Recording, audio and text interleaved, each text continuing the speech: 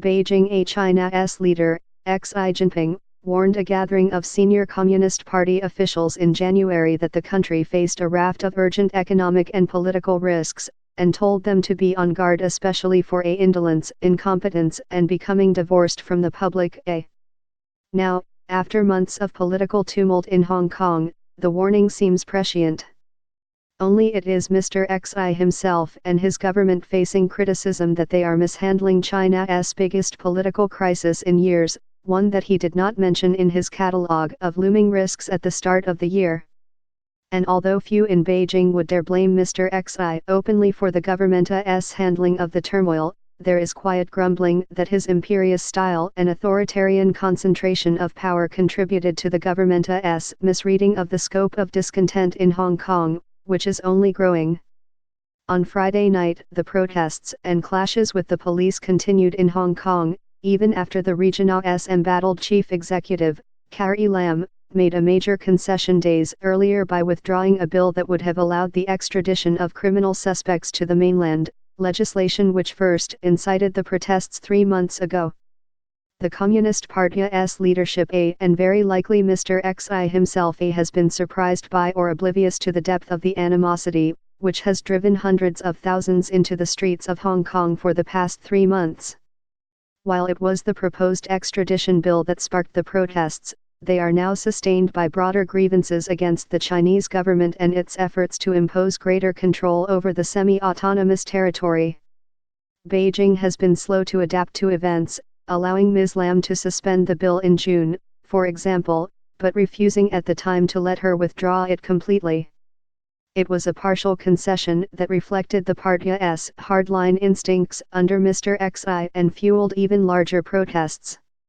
As public anger in Hong Kong has climbed, the Chinese government's response grew bombastic and now seems at times erratic. In July, at a meeting that has not been publicly disclosed, Mr. Xi met with other senior officials to discuss the protests. The range of options discussed is unclear, but the leaders agreed that the central government should not intervene forcefully, at least for now, several people familiar with the issue said in interviews in Hong Kong and Beijing. At that meeting, the officials concluded that the Hong Kong authorities and the local police could eventually restore order on their own, the officials said, speaking on condition of anonymity to discuss internal deliberations. There are hints of divisions in the Chinese leadership and stirrings of discontent about Mr. Xiao's policies. Jean-Pierre Cabestan, a political science professor at Hong Kong Baptist University and an expert on Chinese politics, said it appeared that there was debate during the annual informal Leadersh retreat in Baidahe, a seaside resort not far from Beijing. Some party leaders called for concessions, while others urged action to bring Hong Kong more directly under the mainland's control, he said.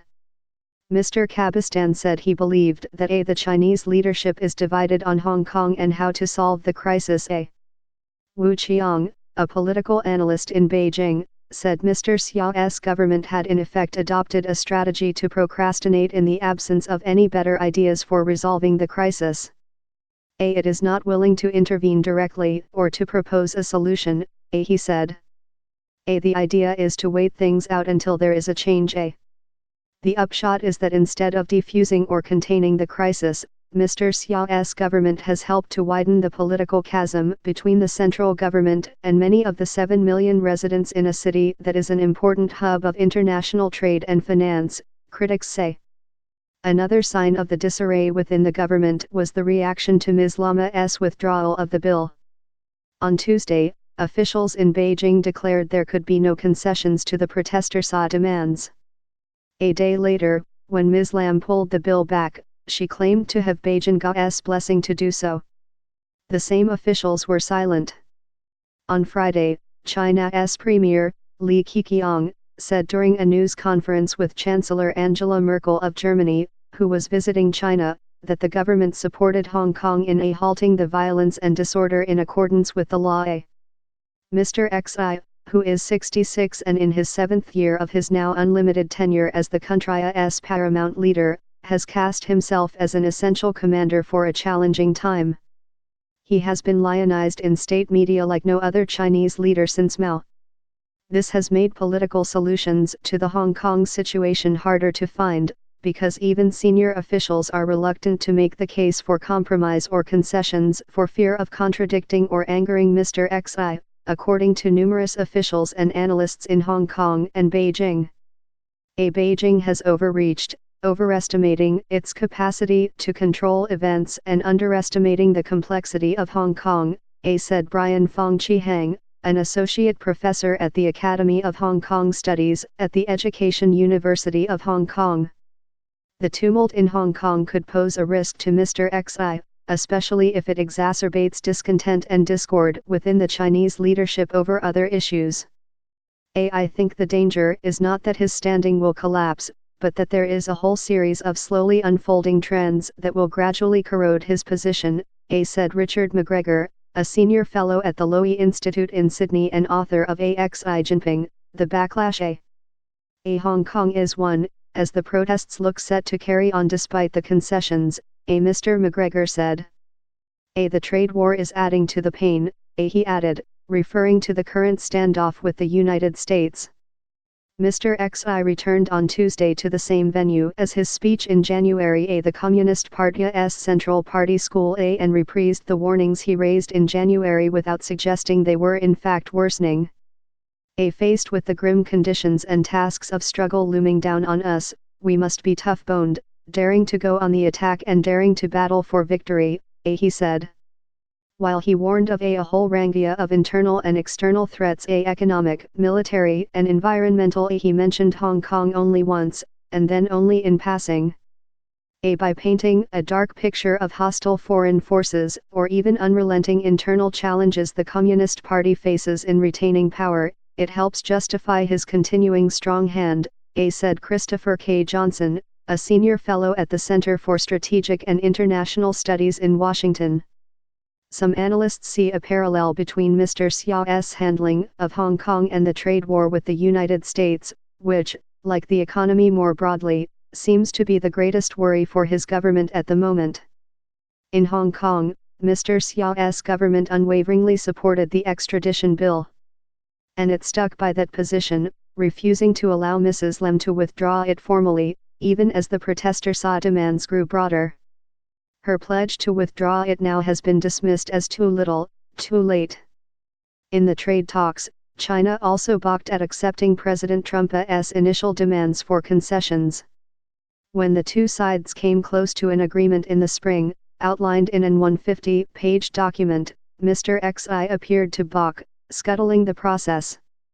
Now Mr. Xi faces an even bigger trade war, with much higher tariffs and greater tensions.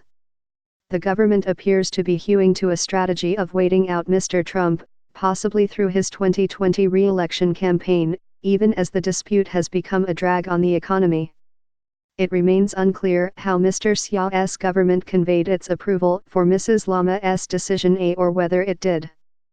Mrs. Lama's sudden shift evolved in a matter of days after another weekend of clashes between protesters and the police, several officials said. Mrs. Lam said the decision to withdraw the extradition was hers, but she also asserted that she had Beijing's full support for doing so, suggesting more coordination than either side has publicly acknowledged. The silence from officials and in state media about Mrs. Lama's concession suggested that if Mr. Xiao's government did approve of the sudden shift, it wanted to stifle public discussion of it in the mainland.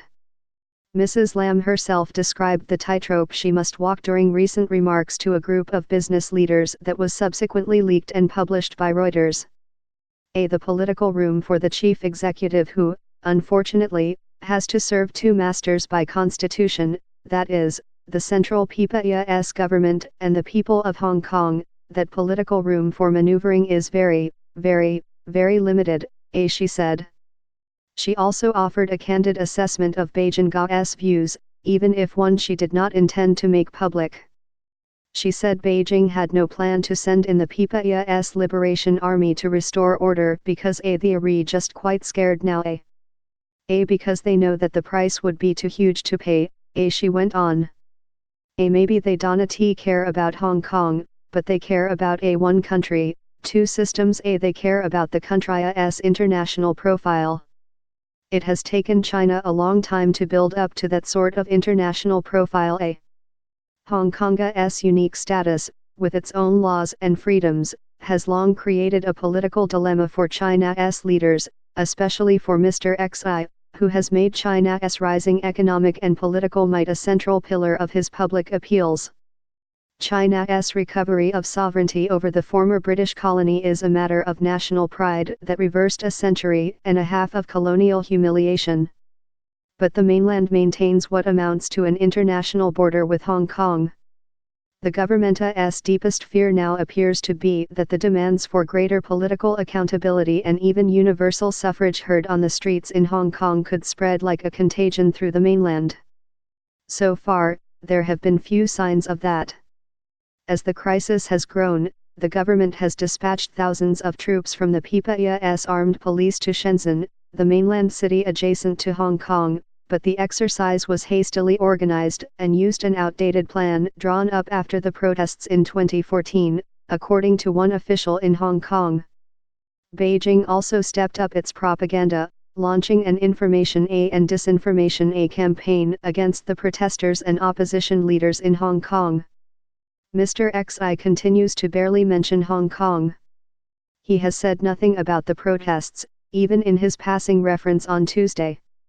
He has not visited since 2017, when he marked the 20th anniversary of the handover from Britain.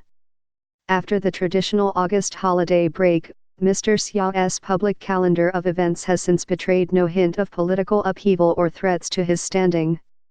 The media's portrayal of him, already verging on hagiography, became even more fawning.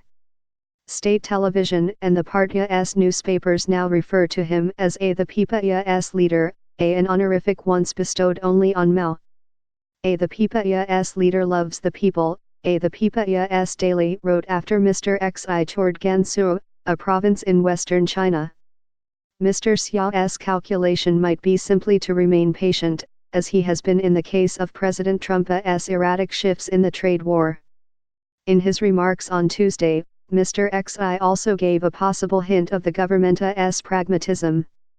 On matters of principle, not an inch will be yielded, he said, but on matters of tactics there can be flexibility.